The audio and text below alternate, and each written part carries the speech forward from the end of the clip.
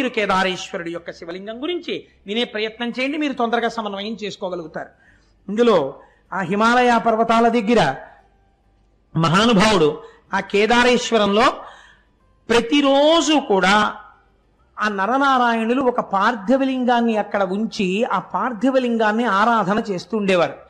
వాళ్ళు చేస్తున్నది పార్థివలింగానికి. పార్థివలింగం అంటే ఇంత మట్టితో చేసిన శివలింగం. వాళ్ళు ఇంత మట్టితో మేం చేసిన శివలింగమే కదా అని వాళ్ళు అనుకునేవారు కాదు. ఇది ఈశ్వరుడు అని నమ్మారు వాళ్ళు. అమరకోశంలో ఈశ్వర శబ్దం శివుడికి మాత్రమే వర్తిస్తుంది. అందుకని ఇది ఈశ్వరుడు, జగన్నియామకుడు, జగత్ప్రభువు అని నమ్మారు. నమ్మి నరనారాయణులు అర్చన చేస్తున్నారు. ఆ శివలింగంలోంచి పరమశివుడు ఆవిర్భవించి, మీరు చేసినటువంటి పూజకి నేను ఎంతో పొంగిపోయానయ్యా, ఇంత చల్లటి ప్రాంతంలో ఇంత తపస్సులో పార్థివలింగానికి ఇంత అర్చన చేశారు, మీకేం కావాలి కోరుకోమని అడిగారు. అడిగితే స్వామి ఇక్కడే ఈ బదరీ క్షేత్రానికి ఆవలివేపు హిమాలయ పర్వతాల యొక్క శృంగాల మీద నీవు స్వయంభూమూర్తివై లింగమూర్తివై వెలిసి లోకమును కాపాడు అని అడిగారు. ఎక్కడ హిమాలయ పర్వతాలు? కొన్ని వేల అడుగుల ఎత్తు సముద్ర మట్టానికి. ఆ కేదారం వెళ్ళేటప్పుడు రోడ్డు కొన్ని నెలల్లోనే క్లియర్ చేస్తారు. చేసిన తరువాత అది కూడా అసలు రాత్రిళ్ళు 9 దాటితే కరెంటు తీసేస్తారు. ఇంకా ఆ చీకట్లోనే పడుకోవడం అంతే ఆ కాటేజెస్లో.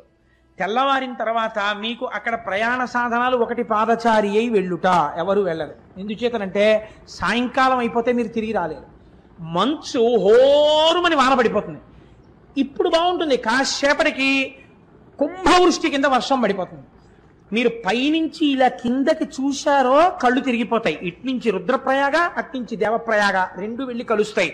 ఇక్కడ గంగానది, బదరిలో అలకనందా నది రెండు ప్రవహిస్తుంటాయి. ఆ నదుల చప్పుళ్ళు, పర్వతాల నుంచి ఎన్ని జలపాతాలు పడిపోతుంటాయో దర్దర్ వచ్చేసి జలపాతం వెళ్ళిపోతుంటుంది. నడిచి ఎవ్వరూ వెళ్ళరు. ఎక్కడో బాగా తెలుసున్న వాళ్ళు వెడుతుంటారేమో. ఇంకా ఉన్న వాళ్ళకి రెండే మార్గాలు. ఒకటి డోలీల్లో వెళ్ళాలి. డోలీల్లో వెళ్ళడానికి నాబోటి గండి ఎక్కించుకోరు. ఎందుకు ఎక్కించుకోరంటే కుర్చీ చిన్నదిగా ఉంటుంది. నేను డోలీలో వెళ్ళిపోదాం అనుకున్నాను. గుర్రాలు ఎక్కాలి. ఏంటో తెలుసా అంటే 2 గుర్రాలను ఒకటే తోలుతాయి. ఈ గుర్రాల మీద కూర్చుని వెళ్ళిపోతుంటే గుర్రం తిరిగేటప్పుడు అంచుది తిరిగి వెడుతుంది.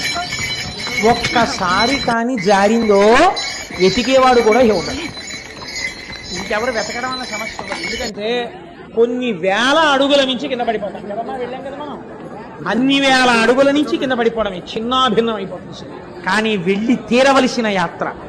ఇన్ని వేల అడుగులు పైకెక్కిన తర్వాత స్వామి దేవళం కనపడుతుంటుంది. పరుగున లోపలికెడితే లోపల పెద్ద అంతరాలయం. అక్కడ కేదారేశ్వరుడిగా వెలిశాడు మహానుభావుడు. కేదార శివలింగ దర్శనము చేసిన వాడికి మోక్షము కరతలామలకము అని శివమహాపురాణం నిర్ణయం చేశారు. లేదా అలా జరగాలని ఎవరు కోరుకోకూడదు. కేదారము విడుతున్నప్పుడు పడిపోయినా వాడికి మోక్షము సత్యమే, దొరికి తీరుతుంది. అటువంటి కేదారేశ్వరంలో ఆ శివాలయంలో ఒకానొకసారి ఒక విచిత్రమైనటువంటి స్థితి జరిగింది. ఆ వెలిసినటువంటి శివలింగం కొన్ని యుగాలైపోయింది. యుగాలైపోయిన తర్వాత శివాలయాల్లో శివలింగానికి ఒక గమ్మత్తు ఉంటుంది. శివుడికి పునఃప్రతిష్ఠ ఉండదు. ఎందుకుండదంటే శివలింగం అలా క్షీణించిపోయి ఏదో ఇంత మొక్కుంది అనుకోండి, అదే శివలింగం అంతే. ఎందుకో కవచమో మట్టో తొడిగేసి అంతే అభిషేకం చేస్తారు. అంతేగాని గుణపారెడ్డి తవ్వేసి మళ్ళీ పునఃప్రతిష్టలనే ఉండవు దానికి. కాబట్టి కొన్ని యుగాలు దాటిన తరువాత లేదా అలా జరగాలని ఎవరు కోరుకోకూడదు. కేదారము విడుతున్నప్పుడు పడిపోయినా వాడికి మోక్షము సత్యమే, దొరికి తీరుతుంది. అటువంటి కేదారేశ్వరంలో ఆ శివాలయంలో ఒకానొకసారి ఒక విచిత్రమైనటువంటి స్థితి జరిగింది. ఆ వెలిసినటువంటి శివలింగం కొన్ని యుగాలైపోయింది. యుగాలైపోయిన తర్వాత శివాలయాల్లో శివలింగానికి ఒక గమ్మత్తు ఉంటుంది. శివుడికి పునఃప్రతిష్ఠ ఉండదు. ఎందుకుండదంటే శివలింగం అలా క్షీణించిపోయి ఏదో ఇంత మొక్కుంది అనుకోండి, అదే శివలింగం అంతే. ఎందుకో కవచమో మట్టో తొడిగేసి అంతే అభిషేకం చేస్తారు. అంతేగాని గుణపారెడ్డి తవ్వేసి మళ్ళీ పునఃప్రతిష్టలనే ఉండవు దానికి. కాబట్టి కొన్ని యుగాలు దాటిన తరువాత అంతం కొన్ని యుగంబులైన పిదపన్ హర్యశ్వ సంకాశుక కుంతీపుత్రకులల్ల లింగమును బల్కూర్మిన్ సమీపింప ఆద్యంతాతీతుడు శంభుడొక్క మహిషంబై పారుటన్ గాంచి కౌంతేయుల్ కడుభక్తిమై నుడిసి లాగన్ చిక్కెం పుచ్చం బటన్. ఈ పాండవులందరూ 5గురు కలిసి కేదారేశ్వరలింగ దర్శనానికి వెళ్ళారు. వెళ్ళి ఆ ఆలయంలోకి వెళ్ళి ఉన్నటువంటి చిన్న శివలింగం అప్పటికి ఆ చిన్న శివలింగ దర్శనం చేసుకుందామని వెళ్ళారు. ఎక్కడి నుంచి వచ్చాడో పరమాత్మ, ఆయనకు అదో ముచ్చట. ఆయన పాండవులు ఏం చేస్తారో చూద్దాం అనుకున్నాడు. ఆయనకో ముచ్చట పుట్టింది. ముచ్చట పుట్టి ఒక చిన్న మహిషము అనగా ఓ దున్నపోతు రూపంలో పరిగెత్తాడు. అక్కడ పరిగెడితే పాండవులు గమనించారు, ఇక్కడికి మహిషం ఎందుకు వస్తుంది, ఇది ఖచ్చితంగా శంకరుడే. మహిష రూపంలో వెడుతున్నా అంతటా ఈశ్వర దర్శనం చేశారు పాండవులు.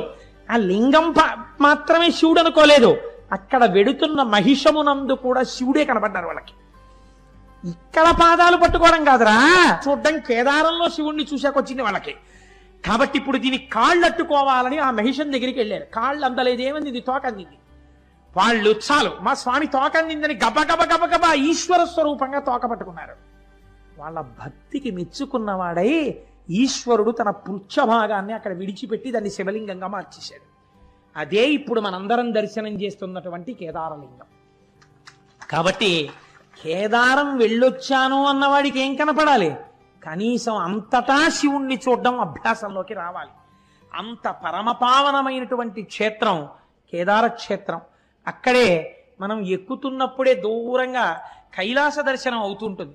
అదిగో కైలాసం కనపడుతోంది చూడండి అంటారు. ఆ మంచుకొండ చాలా విచిత్రంగా కైలాసంలాగే భాషిస్తూ ఉంటుంది. నిజంగా వర్షం ఆగి సూర్యకిరణాలు పడుతుంటే ఎంత అందంగా ఉంటుందో. నిజంగా కైలాసానికి సమీపానికి వెళ్ళి వచ్చినట్టే. కొందరేం నమ్ముతారంటే శంకర భగవత్పాదాచార్య స్వామి వారు అక్కడే తన సత్యదండాన్ని విడిచిపెట్టేశారు అని నమ్ముతారు. అక్కడ ఒక పెద్ద శంకరుల సత్యదండం యొక్క ఫోటో ఉంటుంది, అక్కడే ఒక చిన్న ఆలయం కూడా ఉంటుంది. కాబట్టి కేదారము అంత గొప్ప క్షేత్రము.